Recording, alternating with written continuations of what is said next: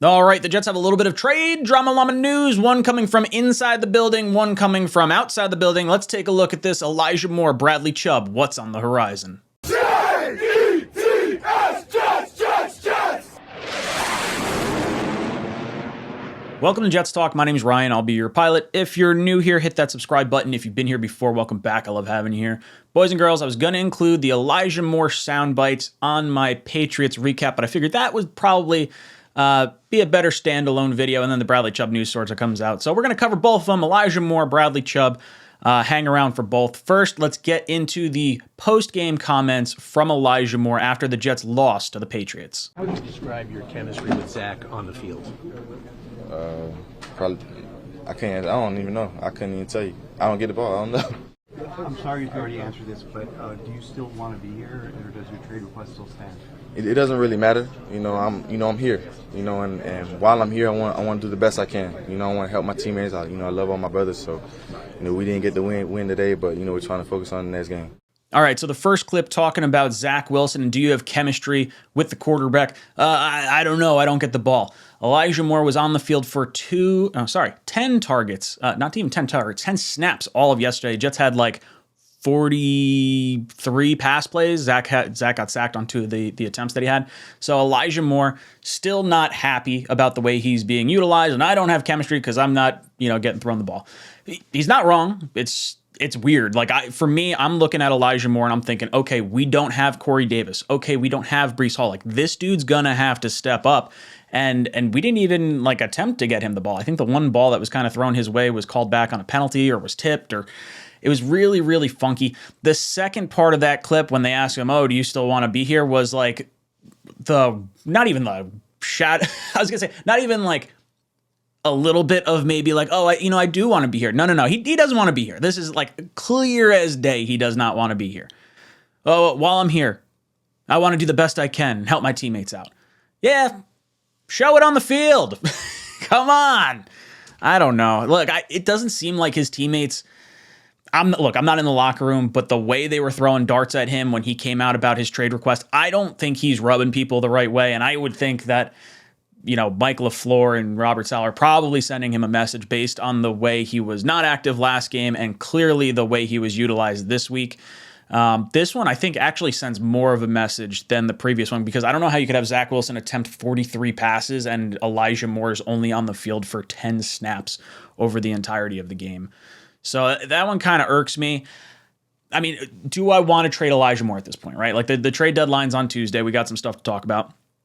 I'll be honest, I don't want to trade Elijah Moore. As much as he's kind of irritating me and the Jets could get some kind of value back for him, but we just saw Kadarius Toney go for a 3rd and a 5th. He was a former first-round pick. Does Elijah Moore hold better value than that? I would think Elijah Moore and trading him to the Chiefs for a 3rd and a 5th was probably on the table. We already talked with the Chiefs in the Tyreek Hill trade. I think there's a little bit of a connection there that they would have felt comfortable talking to Joe Douglas about this.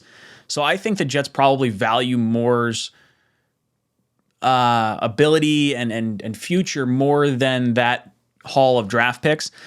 And I think you're probably looking at this point in the season, unless you're going to move him for a Tunsil or something like that, you're going to get a bigger piece at an area of need, not just a draft pick. I'll be honest, I really don't want a draft pick back. I think we're at a point right now where you kind of have to win. You have young players in place. Let's not add more young talent. Let's add some proven talent here. Elijah Moore, this one's a frustrating one. So I don't know. I guess it is what it is. On to the more questionable / exciting news, maybe, and that's Bradley Chubb, the pass rusher out of Denver. Apparently the Jets and the Dolphins are both in on this. This coming from, I believe it's Peter King was the one that told him. But the Dolphins and Jets are interested in trading for Broncos pass rusher Bradley Chubb. There's enough interest from both teams that they're considering trading a first-round pick for him, a well-plugged-in GM tells Peter King. So, first things first, Bradley Chubb, phenomenal pass rusher, 26 years old, didn't play a full season 2 of the 5 years that he's been in the league. This is his 5th year. He has 5.5 sacks this year. Right now, the guy's balling out. He's a good player. Don't get me wrong. But when I'm looking at this team and I'm thinking about okay, what do we need to spend assets on and where can we get better and what's going to help us the most? would trading for Bradley Chubb in the final year of his contract, it would be a 1-year, $7.2 million deal based on the amount of games that are left and where the Jets would have to kind of make some moves. Now, the Jets would have to create a little bit of cap flexibility because I think we're only sitting right around like $6 million, and that was prior to like, some other little small pieces coming in. I don't know. This one has me scratching my head because I'm looking at Carl Lawson. Carl Lawson's got 4 sacks. He's not having like a bad year. The Jets don't. Okay, so Carl Lawson's 28 years old. I don't know. Like, if you cut Carl Lawson at the end of this year, you're saving $15 million. So I think that's where the conversation ends up having to go. So I guess we could break it into 2 things: Bradley Chubb versus the players that could be here long term. Like if you're bringing in Bradley Chubb, you're probably saying goodbye to Carl Lawson, which I don't particularly like. Carl Lawson's one of my favorite Jets on this team right now. It feels like he actually wants to be here. I don't know if that's the right move. And a guy that's been like pretty productive so far, to swap him out, swing him out for Bradley Chubb, because you're going to have to give a massive contract for Bradley Chubb. So you're talking like $100 million contract or close to that. Like, that kind of confuses me because I feel like the value in Lawson is so much greater than what you'd have to give up for Chubb. Now, aside from just like the football aspect of it and the money aspect of it, like the Jets cap space next year, we want to retain Quinnen Williams. You're telling me you're going to trade a first-round pick for Bradley Chubb when you want to try and retain one of your own homegrown talents? Like, I think that's a bad look. If you trade for Bradley Chubb, give him a $100 million contract, and then you tell Quinnen, oh, well, we don't have any money left. We don't know what happened. We gave up our first-round pick, which, I'm sorry, there's no situation that I want the Jets to move their first-round pick in 2023 for a defensive player. Like, none. I don't think there's one on the face of the planet that I'd be like, yep, first-round pick, there you go, take him, and then, forget our first-round pick. The Jets need offensive line help. You want to convince me on a trade for Tunsil or Conklin? Okay, I'm on board. Totally there for that. You want to get me on board with using that first round pick for a tackle or for another position in need? Sure, I could get on board with that. But trading away a first round pick, giving a monster contract for a guy that's had injury issues already? I don't like this. I'm not a Bradley Chubb fan in this kind of capacity.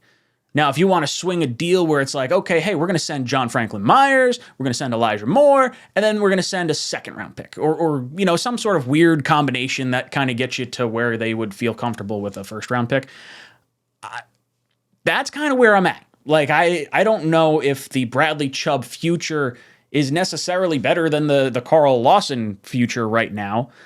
And you have one guy that's probably going to cost you a little bit less than Carl Lawson, and a guy that would probably, I don't want to say upset the apple cart, but like there's a lot of things that kind of like don't make sense with the Bradley Chubb thing. So maybe I'm wrong on it. I hope we're in on this trade purely because the Dolphins are in on it, and as high as we can get them to pay for Bradley Chubb, the better off we are.